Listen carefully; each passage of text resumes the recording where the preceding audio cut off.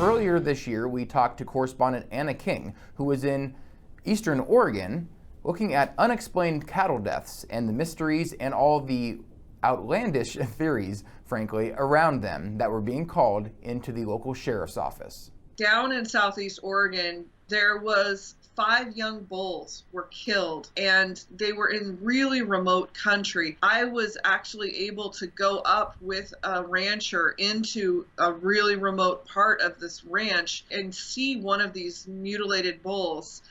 The cattle have missing genitals, tongues, and blood, but the rest of the animals are totally untouched. We were on a ranch the size roughly of Chicago, and we had to drive for more than like an hour, hour and a half to get to this animal. The investigators say that these animals are not the victims of poisonous plants, let's say, that sometimes can kill animals on the rangeland.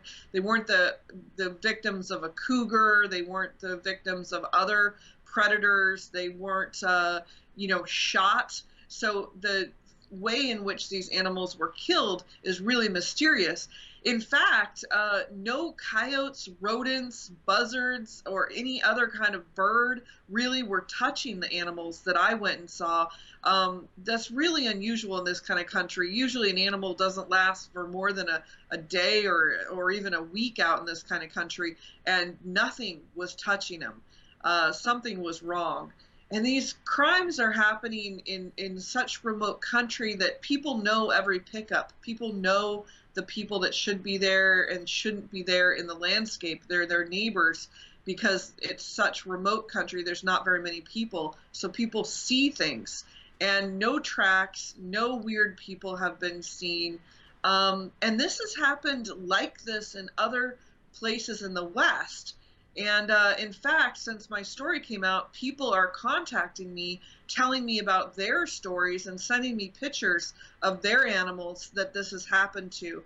So it's really disturbing for the people that this has happened to. They don't forget the experience, and they always wonder what happened. So that's some of the how and the where this is happening, and you alluded to it, but just expand a little bit more on some of the maybe outlandish or out of the ordinary theories that have been called in to particularly the Harney County Sheriff's Office there in Oregon. What have you seen and what have they heard from callers? So after they started getting calls at the Harney County Sheriff's Office on this case, when it became public, they started this whiteboard where they wrote in green marker all of the different things that people are saying that it could be. And so people are saying, aliens, Bigfoot, the North Vietnamese Army, alien ships, sharks with laser beams. There's a lot of outlandish theories out there. People are really wondering what this could be. So obviously some outlandish theories, but something is causing this. And for those involved, the ranchers who are having this happen to them now and in the past, you talked to one who it happened to in the 80s, how are they feeling? Like, what does it do to them and their nerves and how they sleep at night and things like that?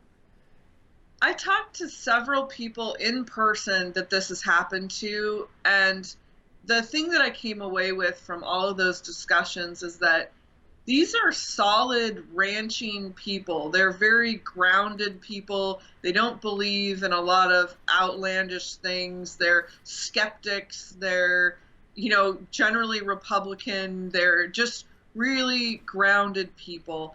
And when I talked to them, they weren't saying it wasn't aliens. Like, each one that I spoke to, they almost whispered it. They didn't want to say it.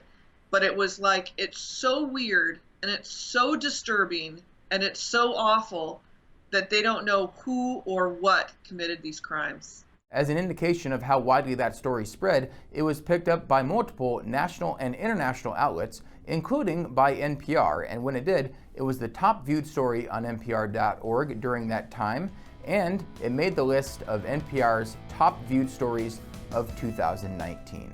You can find out more about that at nwpb.org, along with all of these stories that we have covered this year. Thank you for joining us here in the unique Northwest.